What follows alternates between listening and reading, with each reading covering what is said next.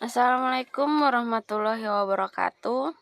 Pada kesempatan hari ini, Ibu akan menjelaskan tentang pemberontakan G30 SPKI atau gerakan 30 September PKI yang terjadi di tahun 1965. Oke, kita lihat dulu latar belakangnya. Yang pertama pengesahan konsep Nasakom oleh Insinyur Soekarno membuat PKI hidup kembali di tahun 1951 yang dipimpin oleh DN Aidit atau Diva Nusantara Aidit. PKI sempat dibubarkan di tahun 1948 dikarenakan adanya pemberontakan yang dilakukan oleh Musso dan teman-teman di Madiun.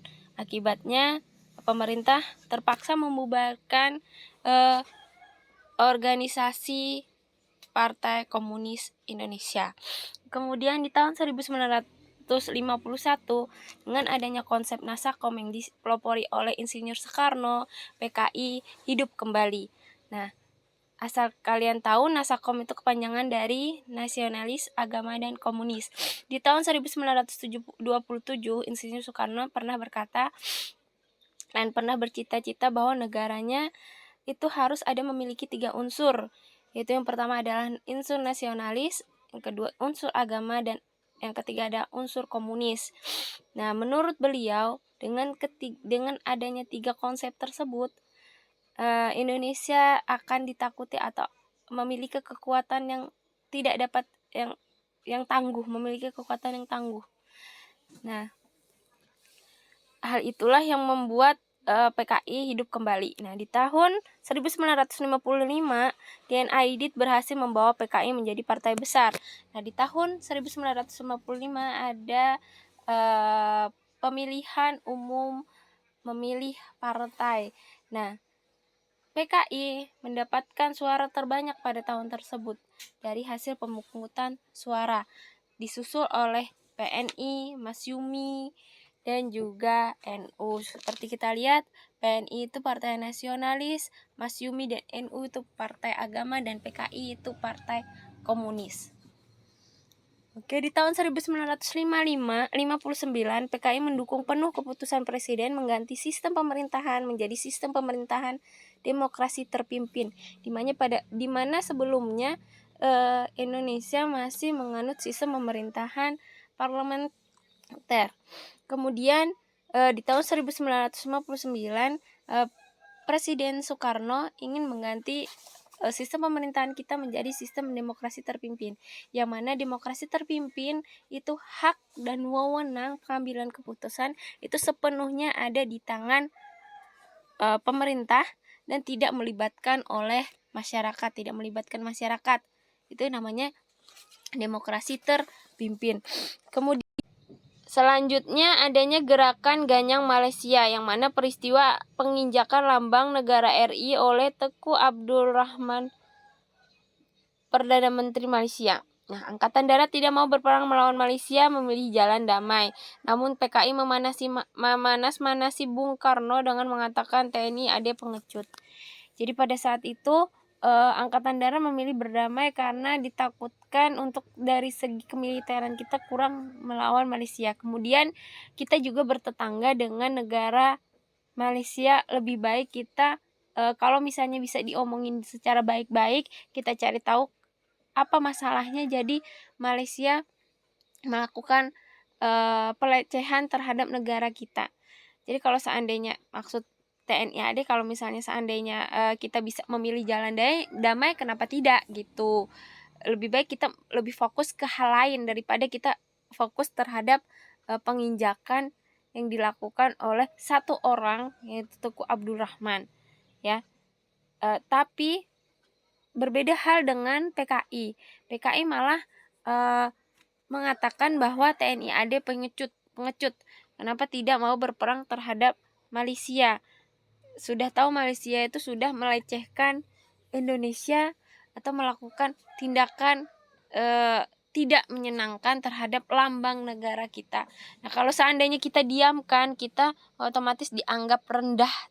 Negara kita dianggap rendah oleh bangsa lain, oleh khususnya oleh Malaysia. Nah, Insinyur Soekarno sempat terhasut pada saat itu. Sempat marah terhadap TNI AD. Kemudian merasa memiliki kedekatan dengan Presiden, PKI meminta pembentukan angkatan kelima yang mana buruh dan tani dipersenjatai. Jadi karena TNI AD tidak setuju dengan melakukan peperangan terhadap Malaysia, PKI maju. Dia mengusulkan daripada TNI AD tidak ingin melakukan peperangan, lebih baik kami aja yang melakukan peperangan atau melakukan peperangan terhadap Malaysia, sehingga kita tidak dianggap pengecut oleh negara lain. Asalkan dengan syarat kami para buruh dan tani dipersenjatai oleh pemerintahan atau dibentuk angkatan kelima, ya. Nah, Presiden, Angkatan Udara, Angkatan Laut, Kepolisian itu setuju dengan pembentukan angkatan kelima. Nah, yang tidak setuju itu adalah TNI AD. Kenapa TNI AD tidak setuju terhadap pengangkatan pembentukan angkatan kelima? Karena menurut TNI AD takutnya terjadinya kekacauan garis komando, yang mana pengawasan kekuatan bersenjata di Indonesia malahan lebih takutnya disalahgunakan untuk dari segi persenjataan. Jadi tidak ada pengawasan, ya. Karena kan kita seperti kita tahu untuk angkatan TNI itu harus ada latihan-latihan khusus, ya. Sedangkan kalau seandainya angkatan kelima, adanya pengangkatan angkatan kelima buruh dan tani, takutnya mereka kan dari segi emosional itu lebih tinggi, lebih tidak bisa dikontrol ketimbang orang-orang yang berada di TNI gitu. Takutnya angkatan daratnya takutnya disalahgunakan untuk senjatanya, makanya dia tidak setuju. Kemudian PKI merasa TNI AD khususnya Dewan Jenderal menjadi ancaman terbesar gagalnya rencana mereka. Jadi kan sudah 2 kali usulan dari PKI itu ditolak oleh TNI AD. Kemudian disetujui juga oleh Insinyur Soekarno. Nah, dengan adanya penolakan tersebut, ini menjadi warming bagi PKI bahwa wah, ini tuh kita harus menyingkirkan TNI AD. Kalau seandainya ada TNI AD, takutnya rencana-rencana kita gagal, kata PKI. Kemudian PKI mulai mempengaruhi para buruh dan tani untuk ikut bergabung. Kemudian para tani diberikan beberapa hektar lahan perkebunan yang memang milik pemerintah. Jadi PKI supaya banyak orang-orang yang bergabung menjadi keanggotaan PKI itu diiming-imingi dengan diberikannya lahan perkebunan untuk para petani, yang mana lahan perkebunannya itu tak lain adalah milik pemerintah itu sendiri, bukan milik PKI. Kemudian PKI melatih para buruh tani dan gerwani itu Gerakan Wanita Indonesia, di Lubang Buaya, di mana Lubang Buaya terletak di Kalibata, Jakarta, dengan 1000 pucuk senjata dari RRC. Jadi RRC memberikan persenjataan kepada PKI atau mendukung PKI dengan cara memberikan senjata kepada para buruh tani dan gerwani, ya. Namun sebenarnya RRC ini menjanjikan 100.000 pucuk, tapi yang dikasih cuma 1000 pucuk. Kenapa RRC mendukung penuh terhadap PKI? Karena memang RRC adalah basisnya PKI. Kemudian juga PKI juga ada mengambil atau mencuri beberapa pucuk senjata dari Angkatan Udara. Coba kalian lihat di film. Ada kok mereka mengambil senjataan dari Angkatan Udara. Kita lihat ke kronologi. PKI menyebarkan isu bahwa Dewan Jenderal ingin mengkudeta Presiden Soekarno tepat di hari lahir TNI AD yaitu 5 Oktober. Kemudian bukti dari rencana itu menurut PKI adalah sebuah dokumen yang ditandatangani oleh Dubes Inggris Andrew Gilchrist di Indonesia, yang isinya bisa ditafsirkan sebagai adanya operasi dari pihak Inggris. Namun faktanya dokumen Gilchrist dipalsukan oleh PKI. Kemudian Soekarno menganggap isu ini sangat serius dengan memanggil Menteri Panglima Angkatan Darat Ahmad Yani untuk meminta kejelasan mengenai isu Dewan Jenderal. Isu Dewan Jenderal ini katanya ingin mengkudeta Presiden Soekarno, ingin melengsarkan Presiden Soekarno. Jadi dokumen bukti dokumennya ini udah dirubah oleh PKI. Nah, Insinyur Soekarno mulai percaya terhadap isi dokumen yang dipalsukan oleh PKI supaya TNI AD ini menjadi lemah dengan adanya isu penghasutan ini. Jadi kemudian Ahmad Yani dan juga Aha Nasution mulai menjelaskan isu tersebut kepada Insinyur Soekarno, dan hasil Insinyur Soekarno percaya terhadap TNI AD. Kemudian Soekarno di bulan Juli 1965 tiba-tiba mendadak sakit. Kemudian PKI yang saat itu menjadi orang kepercayaan Presiden berusaha membantu Presiden dengan mendatangkan dokter dari Cina. Dokter tersebut kemudian menyimpulkan bahwa kemungkinan Presiden akan mengalami kelumpuhan atau meninggal dunia. Namun ada isu bahwa sakitnya Presiden akibat ulah PKI yang sengaja membuat Presiden sakit sehingga lebih mudah melancarkan aksi mereka. Jadi ada juga beberapa isu yang mengatakan bahwa karena kan dokter itu dari PKI juga gitu kan, jadi kayak disuntikan obat-obatan yang menjadikan Presiden itu menjadi lemah gitu. Ada isu-isu, tapi Ibu kurang tidak mengiyakan juga tidak mentidakkan isu tersebut ya. Cuma kita sebagai pelajaran saja. Kemudian alur kejadian. Jadi di tanggal 28 September 1965, pimpinan PKI membuat rapat pergerakan penumbangan Dewan Jenderal. Jadi rapat dulu mereka, DNI dan teman-temannya. Kemudian PKI memutuskan mengangkat Letkol Untung Perwira AD yang merupakan angkatan Cakrabirawa untuk memimpin gerakan G30S PKI. Kalau Cakrabirawa itu Cakrabirawa itu adalah orang-orang atau pengawal dari Presiden, itu namanya Cakrabirawa. Kalau sekarang pas Pampres ya diubahnya. Jadi Letkol Untung ini merupakan merupakan anggota Cakrabirawa. Kemudian penculikan terjadi pada tanggal 1 Oktober pukul 3 dini hari. Nah, jadi di tanggal 30 September itu 28 sampai 30 September itu ada rapat untuk rapat pra pemberontakan, yang mana di rapat tersebut adanya pengangkatan Letkol Untung. Kenapa jadi Letkol Untung diangkat? Karena dengan adanya Letkol Untung yang merupakan pas Pampres, jadi dia merupakan Cakrabirawa. Jadi dia bisa membawa anak buahnya untuk ikut andil terhadap gerakan 30 September ini ya.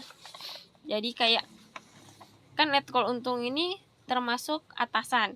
Jadi Cakrabirawa yang di bawahannya ini juga ikut dibawa.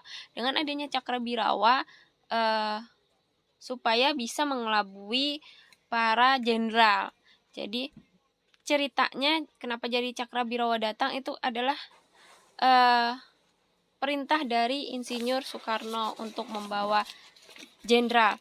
Padahal bukan, padahal mereka PKI juga yang melakukan tipu muslihat. Nah, Letkol Untung membagi 7 kelompok pergerakan yang tugasnya menculik dan membawa 7 dewan jenderal hidup ataupun mati ke lubang buaya. Kemudian penculikan terjadi pada tanggal 1 Oktober pukul 3 dini hari. Itu bukan 30 September ya sebenarnya, tapi masuk ke 1 Oktober karena pukul 3 dini hari. Jenderal yang meninggal sebelum dibawa ke lubang buaya itu Ahmad Yani, MT Haryono, dan DI Panjaitan. Kemudian jenderal dan letu yang mengalami penyiksaan di lubang buaya R. Suprapto, S. Parman, Sutoyo, dan Pir Tendean. Kemudian Aha Nasution berhasil kabur dengan melompat pagar, namun sayang anak bungsu beliau Ade Irma Nasution tertembak dan meninggal tanggal 6 Oktober 1965. Nah, ini ada cerita di balik berhasilnya kabur Abdul Haris Nasution dari PKI, dari orang-orang PKI. Ini cukup menarik. Jadi saat Nasution di dalam kamar, peluru ini sudah menembus di rumah Nasution. Jadi pada saat Nasution mau kabur, belakang dari anak Nasution yaitu Ade Irma itu tertembak, nggak sengaja tertembak. Sebenarnya gerombolan PKI ini tidak ingin menyakiti siapapun yang ada di rumah. Mereka Cakrabirawanya ini hanya ditugaskan menculik hidup atau mati para jenderal. Jadi kalau misalnya anaknya atau istrinya atau siapapun yang ada di rumah itu nggak diapa-apain sama mereka sebenarnya. Nah, kenapa jadi Ade Irma ini jadi tertembak itu nggak sengaja tertembak. Kemudian kenapa malah Pir Tendean yang dibawa ya, padahal bukan sasarannya, karena memang pada saat penculikan itu orang ketujuh kelompok ini tidak mengenal dengan baik muka-muka para jenderal. Mereka berbekal dari foto yang mereka bawa. Nah, apalagi kondisinya saat itu sangat gelap, jadi tidak begitu jelas untuk melihat foto dari beberapa jenderal. Jadi mudah untuk dikelabui sebenarnya. Tinggal kita tidak mengatakan bahwa saya bukan Nasution, ya bisa. Tapi pada saat itu Nasution kabur melalui pagar belakang, kemudian sedangkan di depan yang menghadapi para PKI, para gerombolan PKI itu adalah Pir Tendean. Jadi Pir Tendean pada saat itu ditanya sama anggota PKI, orang-orang yang menculik Cakrabirawa ditanya, mana Nasution? Kemudian dia menjawab sebenarnya ceritanya ini ada 2 versi. Yang pertama, Pir Tendean cerita bahwa saya Nasution, ya, saya Nasution. Dia mengaku bahwa dia Nasution. Itu yang versi yang pertama. Makanya dia dibawa ke lubang buaya. Versi kedua itu sebenarnya Pir Tendean tuh ngomong saya pengawal Nasution sedang. Namun karena mungkin pengawalnya itu nggak kedengaran sama mereka gerombolan PKI, yang kedengaran merekanya itu adalah saya Nasution, maka dia dibawa ke lubang buaya. Ini versi kedua. Kemudian pada pagi harinya PKI menguasai 2 sarana telekomunikasi yaitu RRI dan kantor telekomunikasi penyiaran. Pengumuman mengenai kronologi G30S PKI melalui RRI sekaligus mengumumkan pembentukan Dewan Revolusi yang diketuai oleh Letkol Untung. Nah, pada pagi harinya setelah adanya pemberontakan, jadi para PKI itu menguasai beberapa sarana telekomunikasi RRI dan kantor telekomunikasi Telkom, ya, di mana mereka mengumumkan bahwa apa yang mereka lakukan itu atas izin Insinyur Soekarno. Dan juga kenapa mereka melakukan gerakan tersebut, karena menurut mereka hal ini adalah untuk mengamankan pemerintahan kita, karena kata mereka jenderal ini ingin mengkudeta Insinyur Soekarno. Jadi supaya rencananya ini gagal, rencana mereka para jenderal ini gagal, isu Dewan Jenderalnya ini gagal, maka dilakukanlah penumpasan terhadap atau dilakukanlah penculikan terhadap mereka para jenderal. Kemudian juga pada saat penculikan, mereka para jenderal ini dipaksa untuk tanda tangan beberapa dokumen penyerahan atau pengakuan kesalahan, pengakuan bahwa memang mereka melakukan pengkudetaan terhadap Insinyur Soekarno. Kan ada di filmnya bahwa mereka dipaksa mengaku padahal mereka tidak melakukan hal tersebut.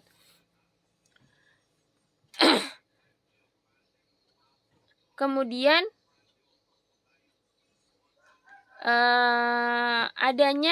mereka juga mengatakan bahwa kabinet Dwi Kora ya itu telah demisioner. Demisioner itu adalah kekosongan kekuasaan. Kenapa kekosongan kekuasaan? Pada saat itu kan Insinyur Soekarno lagi sakit dan tidak ada yang memimpin pemerintahan. Jadi kata mereka kabinet Dwi Kora ini kosong. Jadi daripada kosong, lebih baik diganti oleh Dewan Revolusi yang mana diketuai oleh Letkol Untung, kayak gitu.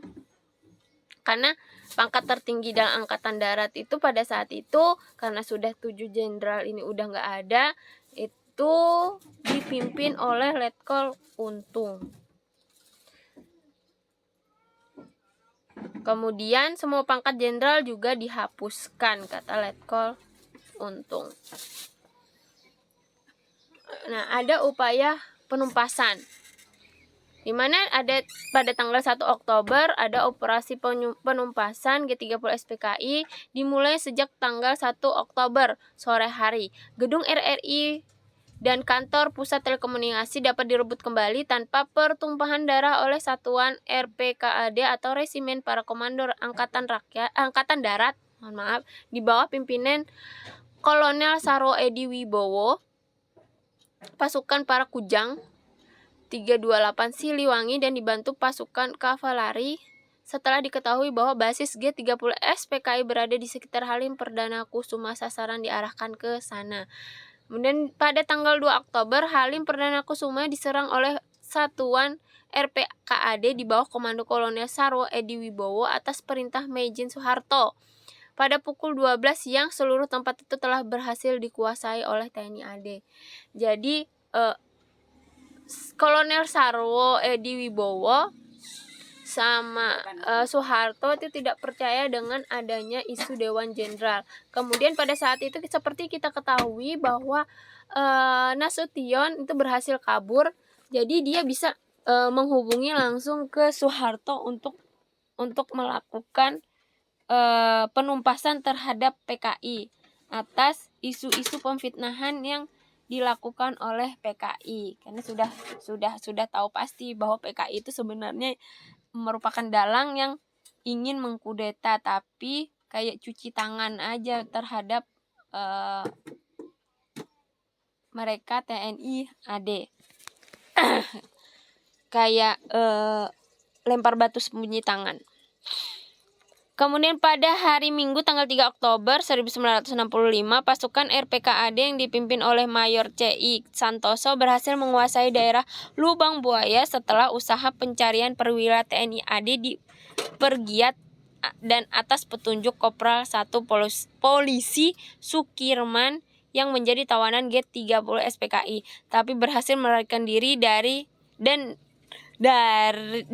didapat keterangan bahwa para perwira TNI AD tersebut dibawa ke Lubang Buaya. Karena daerah tersebut diselidiki secara intensif, akhirnya pada tanggal 3 Oktober ditemukan tempat para perwira yang diculik dan dibunuh tersebut. Nah, untungnya pada malam kejadian itu ada polisi Sukirman yang juga diculik bersama dengan para jenderal. Namun polisi Sukirman ini ditempatkan di ruang berbeda dari para jenderal, dari penyiksaan para jenderal. Nah, pada saat itu mendengar ada kebisingan yang terjadi di luar, Sukirman ini berusaha untuk kabur. Nah, dia berhasil kabur dan juga menyaksikan penyiksaan yang terjadi oleh para yang terjadi oleh PKI terhadap para jenderal. Nah, disitulah dia dapat menolong atau dapat menemukan dengan berbekal saksi dari polisi Sukirman inilah akhirnya para TNI kita dapat berhasil menemukan jasad-jasad para jenderal. Kemudian mayat para perwira itu dimasukkan ke dalam sebuah sumur yang bergaris tengah 3/4 meter dengan kedalaman kira-kira 12 meter, yang kemudian dikenal dengan nama Sumur Lubang Buaya. Pada tanggal 4 Oktober, penggalian sumur Lubang Buaya dilanjutkan kembali karena ditunda pada tanggal 3 Oktober pukul 5 hingga keesokan hari. Kenapa ditunda? Karena kondisinya sudah malam, jadi mending dilanjutkan di keesokan harinya.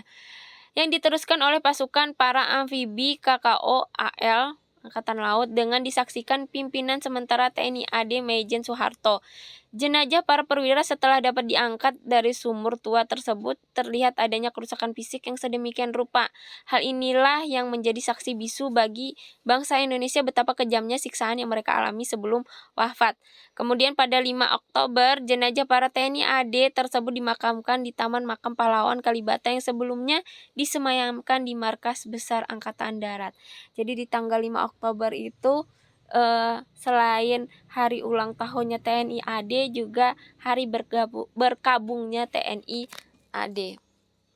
Nah, bagaimana nasib DNID dan Untung? Untuk Untung itu pada tanggal 11 Oktober itu berusaha kabur ke Jawa Tengah. Kemudian di dalam bus di Tegal, dia itu nggak sengaja menumpang ke bis yang isinya adalah para tentara. Dia nggak kenal, tapi para tentara itu kenal. Namun ia tak mau kena ciduk oleh tentara yang naik. Ia memutuskan untuk melompat dari bus. Sialnya tubuhnya menghantam sebuah tiang listrik. Kemudian setelah dia jatuh, dia juga dikira, karena dia kabur, dikira orang-orang copet, kemudian digebuki. Nah, kemudian dia juga ngomong bahwa dia itu adalah perwira TNI. Kemudian dia juga memposisikan bahwa dia itu nggak takut dengan siksaan apapun, karena dia merasa bahwa dia itu juga dekat dengan Soeharto, pangkatnya juga sama dengan Soeharto. Jadi nggak mungkin katanya dia disiksa atau diadili dengan amat kejam oleh Soeharto. Namun pada tanggal 6 Maret 1966, Mahmilub memberi vonis hukuman mati kepada Untung. Esoknya dibuat surat keputusan dari Menteri Panglima Angkatan Darat. Letnan Jenderal Soeharto menyetujui keputusan eksekusi mati terhadap Untung. Pembelaannya sempat minta gerasi agar tidak dihukum mati. Gerasi tak datang, namun hukum mati yang menghampirinya. Kemudian pada saat eksekusi mati, dia juga ditanya apa permintaan terakhir dia, namun karena dia sudah panik, dia tidak minta apa-apa. Jadi nasib Untung dihukum mati. Kemudian untuk DN Aidit nih pada tanggal 22 November itu sempat bersembunyi di rumah Kasim di Solo, Jawa Tengah. Kemudian sesuai perintah Jenderal Soeharto, Komandan Brigjen Majen Yasir memerintahkan anak buahnya untuk mencari sumur tua yang tak berair. Jadi setelah tahu keberadaannya, disuruhlah mencari sumur tua. Untuk apa? Untuk eksekusi mati DN Aidit. Ini dari satu sumber sih yang ibu tahu. Tapi untuk pastinya nggak tahu juga ibu apakah seperti ini atau enggak. Kemudian saat akan dieksekusi, Aidit sempat mengingatkan para aparat militer bahwa dirinya adalah seorang Menko dalam kabinet Dwi Kora. Tahu kamu artinya apa seorang Menko? Katanya. Seorang wakil ketua MPR sementara. Kemari, kata dia. Apa ini sumur? Untuk apa? Kata dia kan. Kepada Majen Yasir. Namun gertakan Aidit kali ini tidak berpengaruh. Pernyataan Aidit itu kemudian dijawab oleh Yasir. Saya mengerti, Pak. Dan kalau Bapak mau tahu sumur ini untuk apa, ini dibuat untuk Bapak.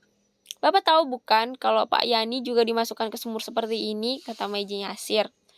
Sadar ada ajal semakin dekat, Aidit kemudian meminta waktu untuk berpidato.